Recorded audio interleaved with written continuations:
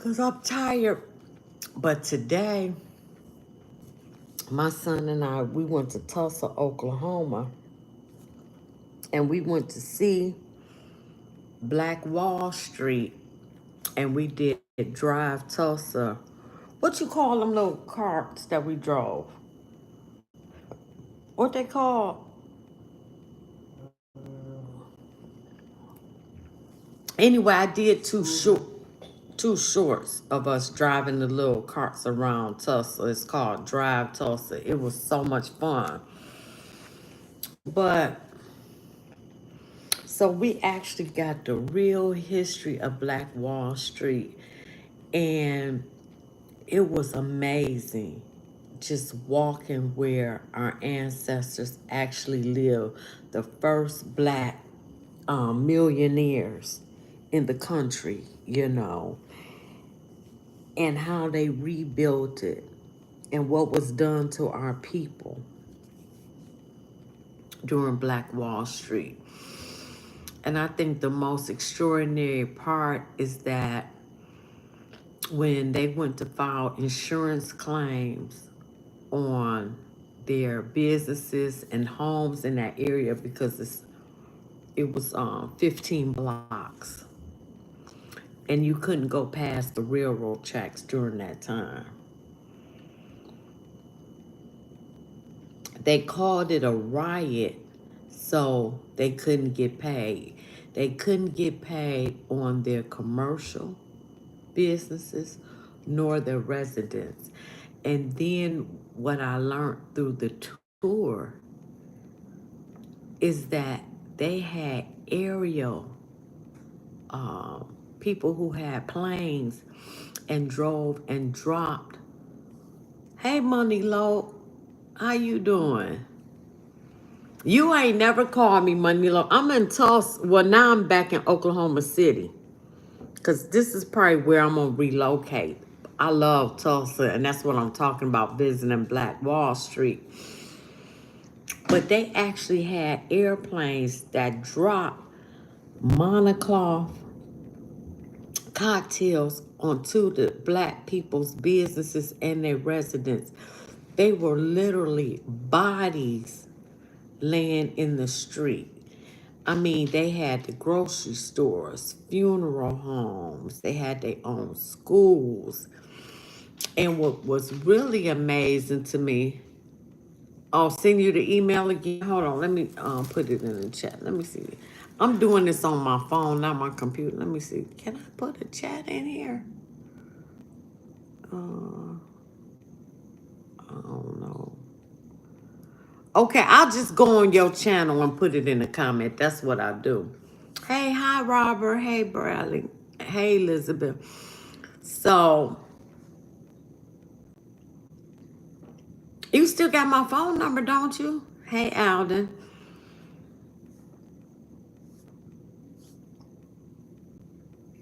You still got the phone number, right? But anyway, it really, that they actually threw Molotov cocktails, and burnt up the people. Didn't pay them their money for the insurance, and they destroyed a whole town on a lie. But this is what they've been doing to us for such a long time, and that's why we don't give a damn right now. You don't see none of us at this protest. We not doing none of that. We don't have nothing to do with that. We paid away and been treated badly forever. No reparations, no a half-ass apology from Bill Clinton for the bullshit. Hey, y'all just going through what we've been through, okay? And that's how I look at it. It's your turn now. That's how I look at the whole thing. But anyway, then when we went to Dry Tulsa, I did two shorts on Dry Tulsa. And I told my son, this might be something we should bring to Detroit, where you ride those scooters around the city. They charge like $100 for an hour. We had so much fun. Check out those shorts. But anyway, um, Oh, I think everybody gone. Let me see. Yeah, everybody gone. So check out those shorts for Drive Tulsa. But what I found amazing, he also went to another part of Black Wall Street in Tulsa. And he said even though he went to school there, he went to Booker T. Washington. And Booker T actually came there during that time. Um, that they never knew the history. They did not teach them anything about Black Wall Street there. He said he really didn't find out anything. Hey, Alden, that he didn't find out anything about Black Wall Street. What is that, Mama? Oh, it's these bifocals. Um, that he didn't find out anything until his senior year. He said even the descendants of they just never talked about it. And I was outdone and you lived there. And it was just so emotional for me, not only walking the land that our ancestors walked, but the innocent blood that was shed. You're walking on the same land and you see the railroad tracks where black folk could not cross at all. And you're seeing like they did in every major black successful place, they put a freeway through it to stop the progress. They did that in Detroit with the Davidson Freeway and I-96. Right through the prosperous black areas, they built a freeway. And just to see that, I was, and to see what was so, uh, wow, was to see how engaged my son was in getting this history lesson from this Princella. She runs the Black Wall Street tour. The first one been doing it 25 years and she's an educator. But to see how interested he was and about his history and how engaged he was, it literally brought tears to me that he really got something out of it, you know, of our struggle, what we've been through. I thought it was phenomenal. So anyway, I ended up, we went to a black bookstore, and this is the Black Wall Street Times. It is phenomenal. This was the best $20 I could have ever spent. Greenwood, 100 years. And I'm just going to read some excerpts from this. I already got it out, but it's maybe you don't know the history.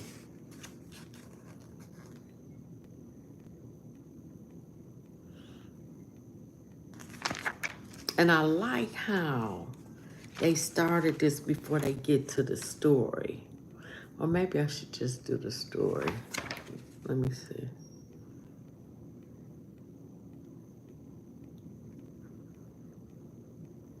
Okay, no, I am going to start from the beginning. Here we go.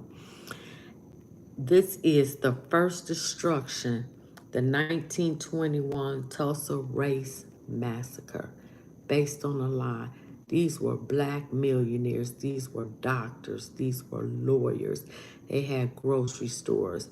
They had everything in there.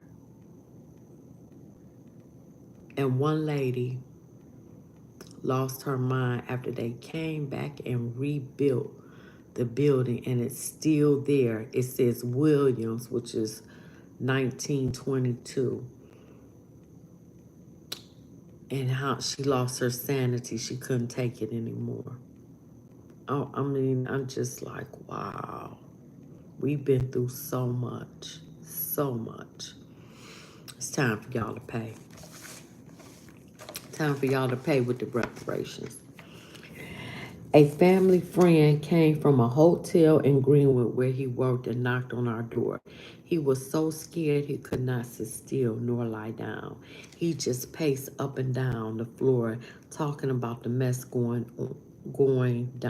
downtown and on Greenwood. And they wanted that land back because why? It's by downtown Tulsa. When daylight came, black people were moving down the train track like ants. We joined the fleeing people. During this fleeing frenzy, we made it to the Golden Gate Park near 36th Street North. We had to run from there because someone warned us that whites were shooting down blacks who were fleeing along the railroad tracks. Think about that for a moment. Some of them were shot by whites firing from airplanes. Think about that. On June 1st, 1921, we were found by the guards and taken to the fairgrounds. We were literally placed in camps. I did not know that. The internment camps, like they did the Japanese and paid them reparations, like the Nazis putting the Jews in the camps. We were put in that camps and they wasn't giving shit, okay? And there's one descendant still left. And they paid her something, but it wasn't enough the pain and agony of what the people went through. But anyway, now getting back to this. On June 1st, 1921, we were found by the guards and taken to the fairgrounds. They put them in a camp. That broke my heart. A white man whose mother knew us came and took us home. Going back to Greenwood was like entering a war zone. Everything was gone. People were moaning and weeping when they looked at where their homes and businesses once stood. I'll never forget it, not ever. Unidentified victim B.C. Franklin's the Tulsa race riot and 3 of its victims. This is the destruction. It was left like a war zone. They threw Molotov cocktails from airplanes to destroy it. Unbelievable what our people been through.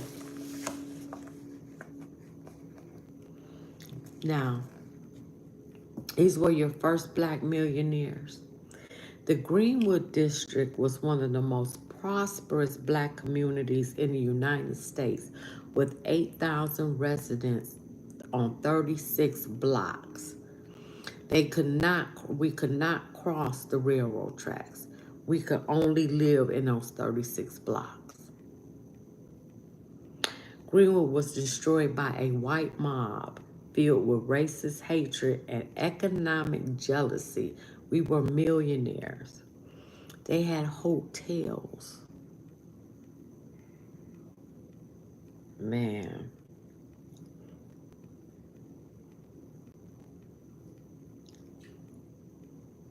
It was destroyed on June 1st, 1921. More than 1,200 homes were burnt to the ground. Every school, church, and business was lost. Greenwood surviving residents spent the winter of 1921-1922 intense, unable to immediately rebuild on their property. 300 of their kinfolk were buried in unmarked graves throughout Tulsa. For nearly a century, the full history of the act of racial terror was hidden from the public. And when they went to file their insurance claim, they called it a riot so they wouldn't pay them. They didn't give them a dime. And they had insurance on their property and their businesses and didn't get a dime. It begs the question, how did we get here, and why isn't this brutal massacre of African Americans, or Black Americans, like I like to say, more widely known?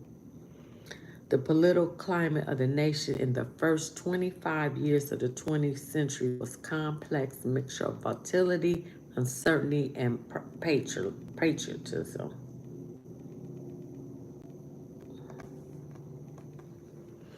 Okay, now I'm just gonna skip some of this and I'm gonna get to what started the massacre of our people.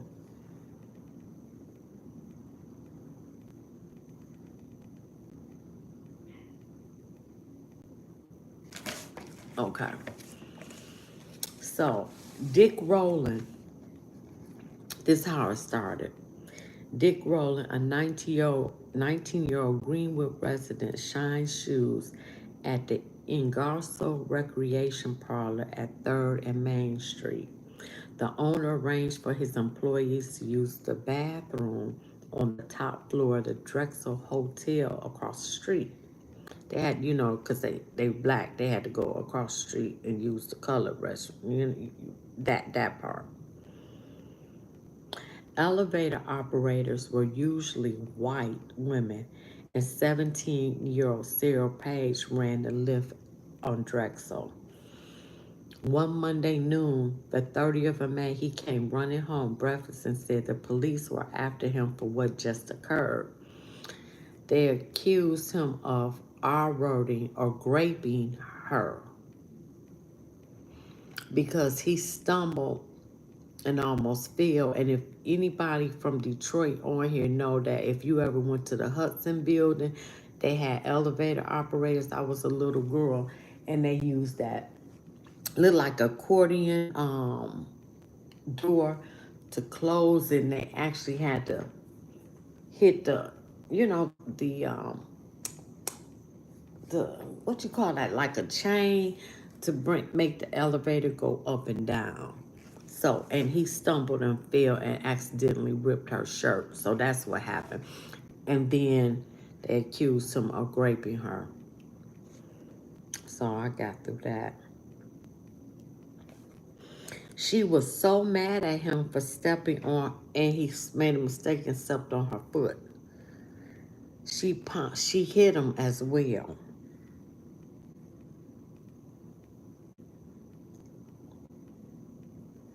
So, when a clerk from the nearby Renberg Clothers, which was next to the elevator shaft, tried to apprehend Roland, he fled.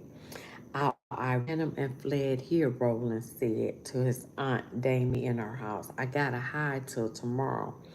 Roland was arrested and jailed the next day.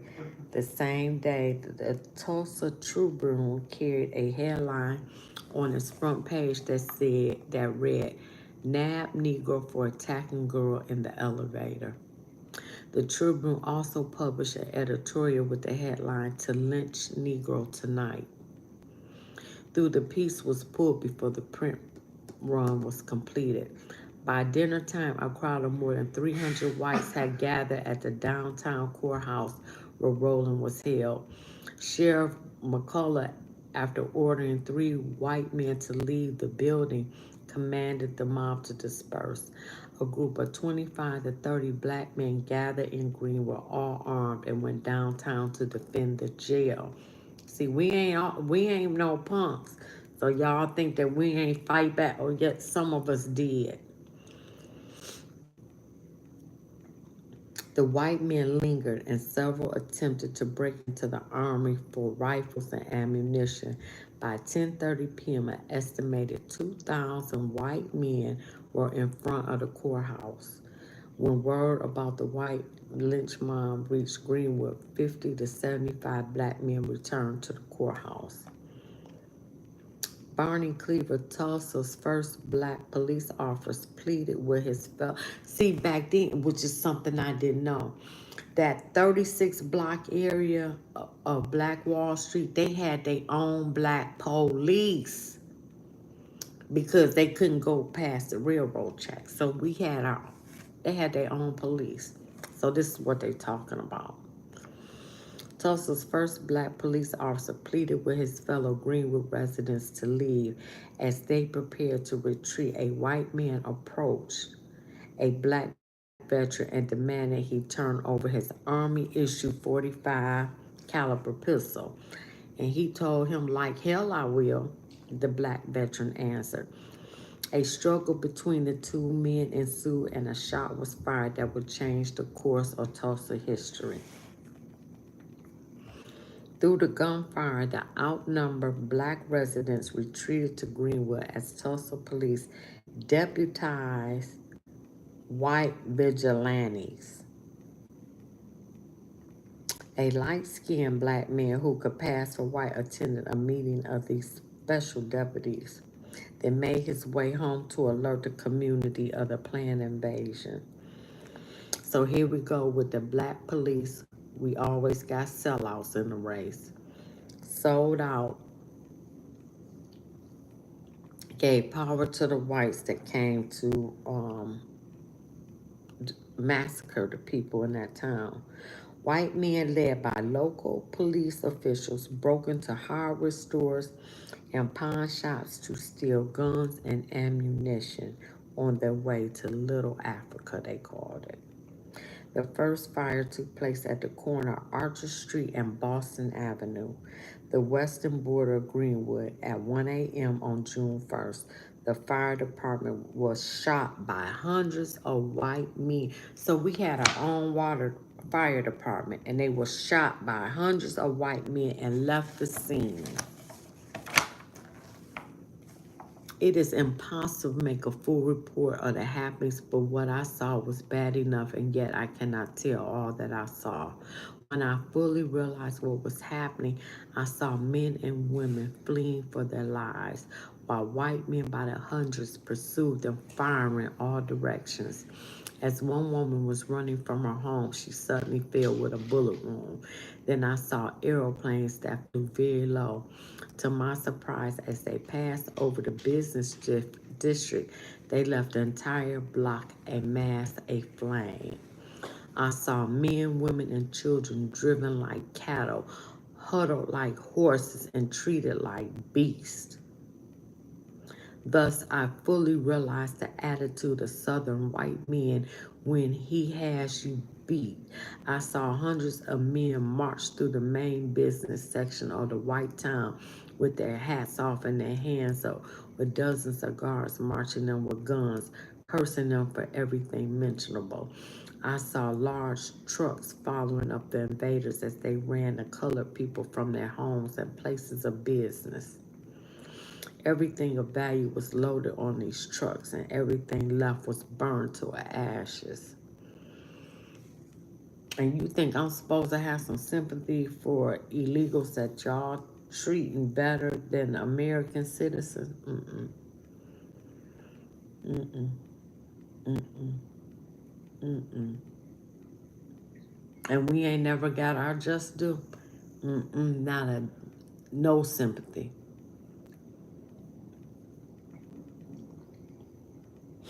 It's actually bringing me to tears. We have suffered so much as a people. And we ain't never healed. We ain't never had a chance to heal. Because then here comes some more bullshit.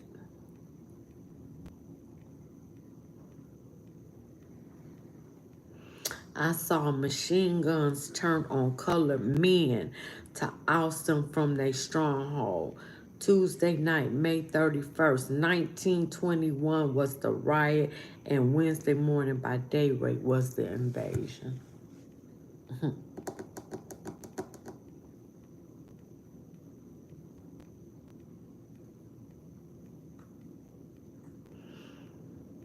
And they had the Jackson's funeral home. He was trying to get to that new ambulance so he could drive it to safety. I went with him. He had the keys in his hands ready for takeoff, but one of the mobsters in the rebuilding zoomed on him and shot him in the hand. The keys flew to the ground and blood shot out of his hand, and some of it sprayed on me. We both immediately abandoned plans to save that ambulance. We ran for our lives. We never saw my stepfather again, nor our little pet bulldog, Bob. I just know they perished in the riot. My stepfather was a strong family man. I know he did not desert us. I just wish I knew where he was buried. And in 2020, they found 12 unmarked graves up under the earth in 2020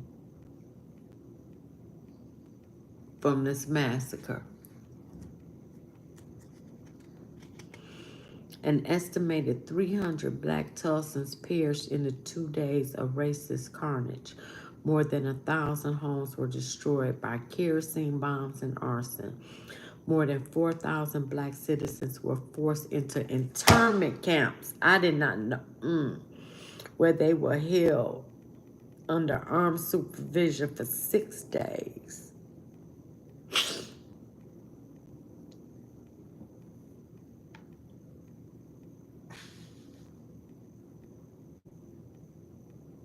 Ain't y'all tired yet?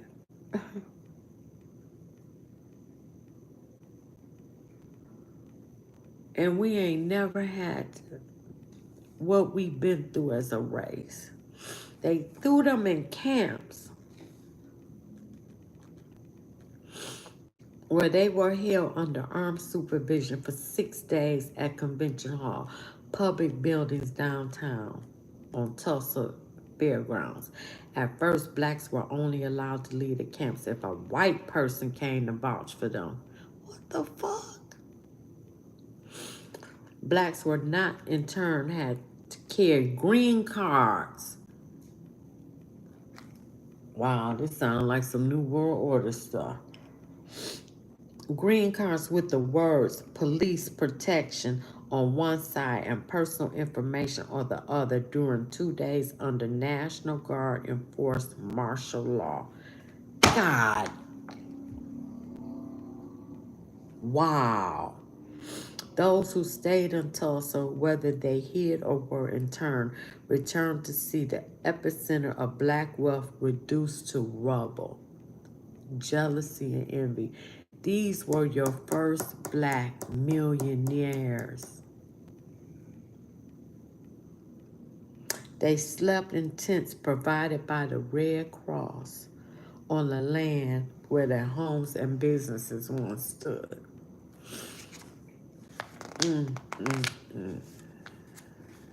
Wow.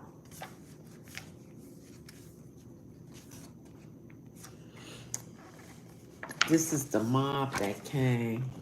I don't know if y'all could really see this. This book, this was worth every $20.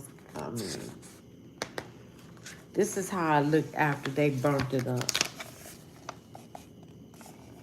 I don't know if y'all can see that. Destroyed it because it burnt it to the ground. Burnt it to the ground. Near them throwing the... Burnt it to the ground.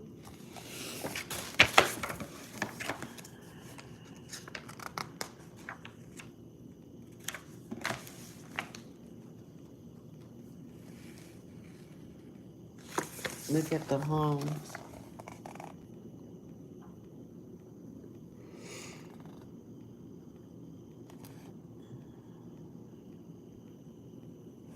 You go to white men coming to do what they do.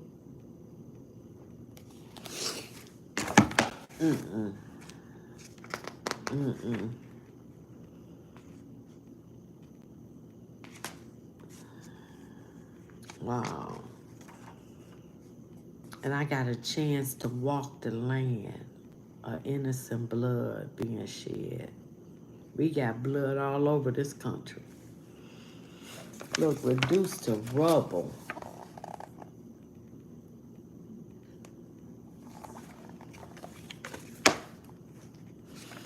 Just think, that was generational wealth that was burned down. Look, firebombed the building. Look at that destruction.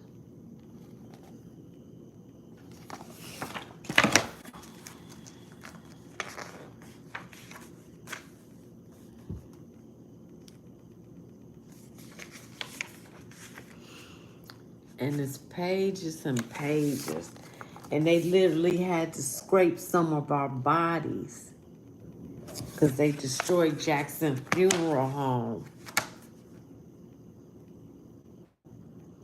And he got paid $2.50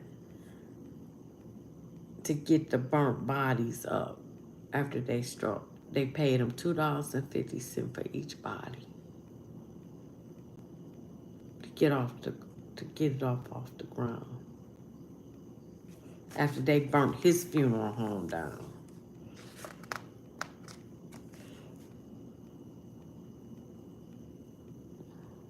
Oh wow! I just noticed this. Oh my God, that was a burned body that I just showed y'all. Oh wow! I didn't even realize that.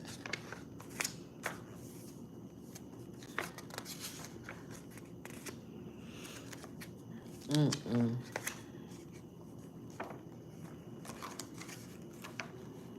How long I been on? 30 minutes.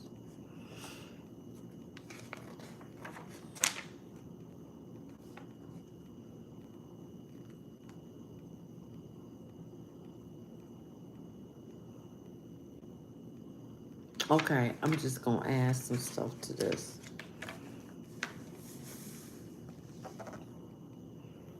I am a son of Greenwood, raised in North Tulsa at a time when few black people dared to speak about the Tulsa Race Massacre, when the idea of accountability and reparations for this act of war against black Tulsans was not taken seriously by anyone in the white community, and when the annihilation of a model of Black Americans' entrepreneurship and cooperation was treated as a shameful secret. City fathers' hope would eventually be forgotten. Fortunately, due to the courageous efforts of a few, the massacre has not been forgotten, and the fight to obtain justice for Greenwood is ongoing.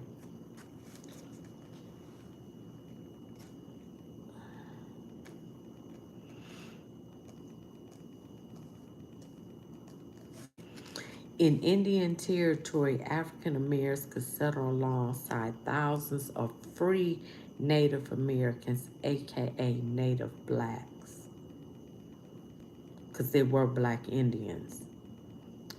And just like they did in Puerto Rico, they sent the whites in to downgrade the race or make it lighter. I'm sorry, not downgrade, but to make it lighter. Who were citizens of the five tribes forcibly removed from southeastern United States in the 1830s. Before Oklahoma statehood in 1907, most Native blacks had lived as first class citizens within Native nations for at least 40 years due to post war treaties. This allowed Native blacks, especially who, like my ancestors, were citizens of the Creek Nation, from the Choctaw Nation, but this article to build wealth, independent communities, and our own valuable mineral-rich land. This combination of land ownership, freedom, and wealth concentration gave birth to Greenwood, Black Wall Street, the most prosperous, organized, and successful black community in the United States. And that's a fact.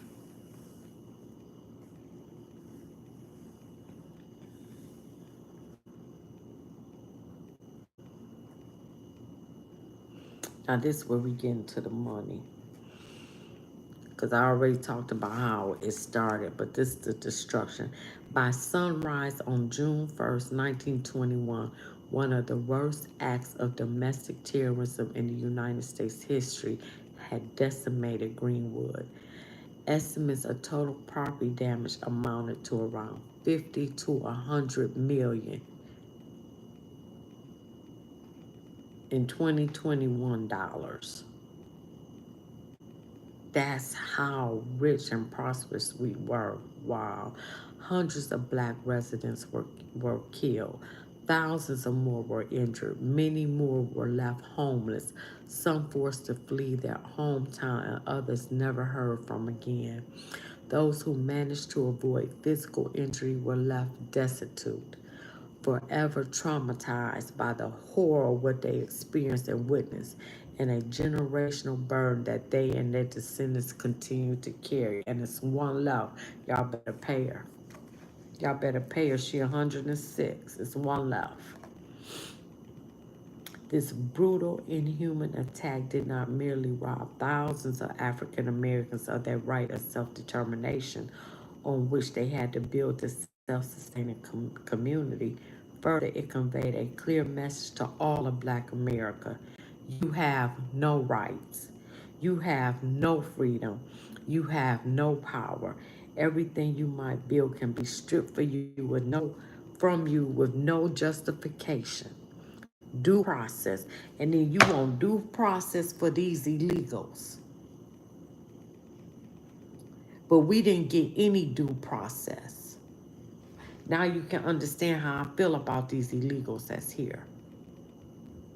You treat them better than us who done suffered the most.